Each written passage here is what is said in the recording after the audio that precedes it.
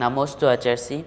हर्षुल जैन आपसे शंका कर रहे हैं आचार्य, जैसे आजकल अगर किसी बच्चे की जल्दी शादी हो जाए अथवा किसी की बहुत लेट शादी हो तो उसके संबंध में कहा जाता है कि ज़रूर बच्चे में कुछ ऐब होगा इसलिए जल्दी शादी हो गई, अथवा कुछ ऐब होगा इसलिए इसकी शादी नहीं हो रही। तो आचार्य, महावीर भगवान के समय में 15-20 साल में ही शादी हो जाती थी, लेकिन भगवान महावीर स्वामी ने 30 वर्ष तक शादी नहीं की और इतने लंबे समय तक अविवाहित क्यों रहे? अगर शादी नहीं करनी थी तो कम उम्र में ही दीक्षा ले सकते थे, लेकिन उन्होंने इतने लंबे समय तक गृहस्थ अवस्था में रहे, तो इसका कारण क्या था? कृपया समझाएं। नमोस्तु आचार्य। महापुरुषों का जीवन अद्भुत होता है, उनकी चर्चा और उनकी चर्या। कभी भी महापुरुषों की तुलना सामान्य व्यक्ति से हमें अपने जीवन में करना नहीं चाहिए। सामान्य व्यक्ति का जीवन और महापुरुषों का जीवन ज़मीन आसमान का अंतर होता है।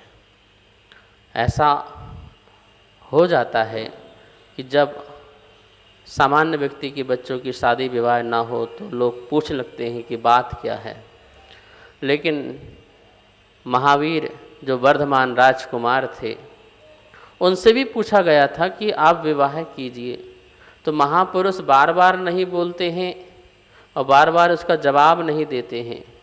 जब उनसे पूछा गया, अल्प आयु में पूछा गया, तो उन्होंने एक ही जवाब दिया कि मैं विवाह नहीं करूँगा, मैं अपनी आत्मा का कल्याण करूँगा। बस महापुरुषों की हाँ में हाँ है और ना में ना है। एक बार जिस बात को हाँ कर देते हैं फिर वो ना नहीं करते हैं, और जिस बात को ना कर देते हैं कभी उसको हाँ नहीं करते हैं। यह उनकी विशेषता हुआ करती है। जैसे ही उन्होंने ना कह दिया, अब किसी की हिम्मत नहीं होती है कि दोबारा पूछने के लिए कि आप इस प्रकार से कार्य कर लें। ऐसा ही नियोग है। और वह 30 वर्ष तक घर में क्यों रहे? तो ऐसा आगम में सिद्धांत मिलता है, कोई भी तीर्थंकर जो है 30 वर्ष के पहले दीक्षा नहीं लेते हैं। 30 वर्ष तक वह घर में ही रह कर के परिपक्व होते हैं, अपने आत्म साधना करते हैं और प्रजा आदि के सुख दुख में सहभागी बनते हैं। वह घर में रह कर के साधना करते हैं, समता धारण करते हैं, संयम धारण करते हैं। तो इस प्रकार से 30 वर्ष तक प्रत्येक कोई भी तीर्थंकर हो, कम से कम है ये, कम से कम इतना वर्ष तक तो जो है वह रहते ही रहते हैं। और भी परिहार विशुद्धि संयमी जो मुनिराज होते हैं उनके बारे में आता है कि वो 30 वर्ष तक जिन्होंने घर में रह कर के समस्त सुखों को भोगा हो, वही मुनिराज जो है साधना करते हैं और उनको परिहार विशुद्धि संयमी प्रकट होता है।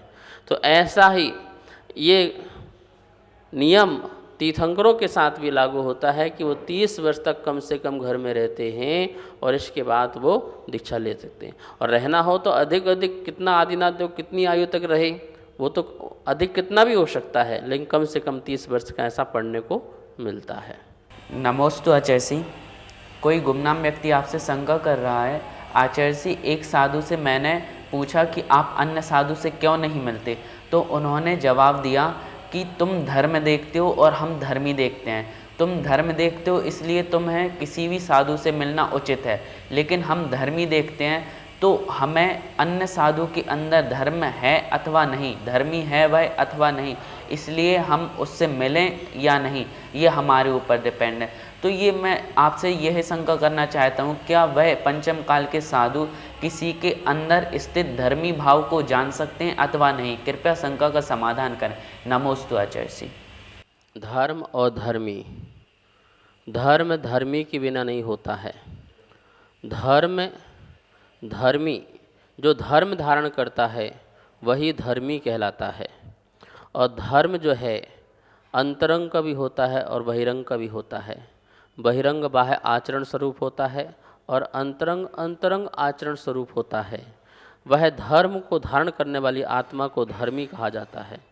यदि कोई कहे कि हम उसके धार्मिकपन को देखते हैं तभी उसको हम नमोस्तु प्रतिवंदना आदि करते हैं, नहीं तो अन्यथा नहीं करते हैं, तो क्या उनको किसी को हजारों साधुओं में भी धर्मीपना नहीं दिखता है क्या? कोई 1000 साधु यहाँ पर वर्तमान में होंगे तो क्या उनको धर्मीपना एक में दिखाई नहीं देता है क्या? क्या सारे अधर्मी हैं क्या? यदि इस प्रकार से कहकर के कुतर्क करके किसी को व्यक्ति समाज के लोगों को भड़काते हैं तो ये बहुत गलत बात है। यदि ऐसी है तो मैं कहना चाहूँगा, कोई भी साधु किसी भी साधु के भाव लिंग को नहीं देख सकता कि वह भावलिंगी है, ऐसा बता भी नहीं सकता। या तो अवधि ज्ञानी बताएंगे, या मनापरय ज्ञानी बताएंगे, या केवल ज्ञानी बताएंगे। कोई भी साधु किसी भी साधु के अंदर नहीं देख सकता कि ये भावलिंगी है या द्रव्यलिंगी है। ये ध्यान रखना। द्रव्यलिंगी जो है बाहर की चर्या का बहुत सुंदर पालन करके दिखा देगा, तो क्या उससे आप उसके भावलिंग को जान पाएंगे? अंदर हो सकता है वो मिथ्या दृष्टि हो सकता है वो अभव्य हो। आपको पता है अभव्य भी मुनि बन करके सैकड़ों मुनिराज बना देता है, दीक्षा दे देता है, उनका कल्याण कर देता है, और उनके शिष्य ही यही नहीं समझ पाते हैं कि हमारे गुरु जो है द्रव्यलिंगी हैं या भावलिंगी हैं। तो इस प्रकार से जो कहते हैं हम उनके भावलिंग को देखते हैं, निश्चित ही वो भव्य जीव नहीं है, वो अभव्य जीव है। ये मिथ्या दृष्टि लोग हैं जो इस प्रकार से समाज को वर्गलाने का काम करते हैं और भड़काने का काम करते हैं। ऐसा कदापि मत कीजिए। क्यों? आप आगम के विरुद्ध हैं। आप किसी के धर्मीपना को देख ही नहीं सकते हैं, अनुभव ही नहीं कर सकते हैं। आप मेरा नहीं कर सकते, मैं आपका नहीं कर सकता हूँ। ये आपके अनुभव का विषय है धर्मीपना। इसलिए इस प्रकार से कहकर कि हम उनके धर्मी को देखेंगे तो नमोस्तु नमस्कार करेंगे, प्रतिवंदना करेंगे, तो ये बात बहुत ही गलत है, आगम के विरुद्ध है और ये सिद्धांत के विरुद्ध है। कोई पंचम काल में किसी के अंदर के भावलिंग को देख नहीं सकता, समझ नहीं सकता है। सिर्फ देख सकता है तो बाहर ही बाहर, और बाहर से ही वह सही गलत का निर्णय ले सकता है। अंतरंग से की चर्या को वह सही गलत का निर्णय कदापि नहीं ले सकता है। सभी को सादर जय जिनेंद्र। आप नित्य आगम धारा संकट समाधान पूज्य गुरुदेव के मुखारबिंद से सुन रहे हैं और अपनी शंकाओं का आगम के अनुसार समाधान पा रहे हैं। और पूज्य गुरुदेव की 6 डाला की पाठशाला भी आप आदिनाथ टीवी चैनल के माध्यम से नित्य देख रहे हैं और घर बैठे स्वाध्याय कर रहे हैं। अगर आपको पाठशाला संबंधित कोई भी शंका आपके मन में उत्पन्न हो रही है तो आप हमें नीचे दिए गए नंबर पर भेज सकते हैं और अन्य सभी शंकाएं हमें भेज सकते हैं और आपको उन शंकाओं का आगम के अनुसार समाधान प्राप्त होगा पूज्य गुरुदेव के मुखारविंद से और आदिनाथ टीवी चैनल के माध्यम से।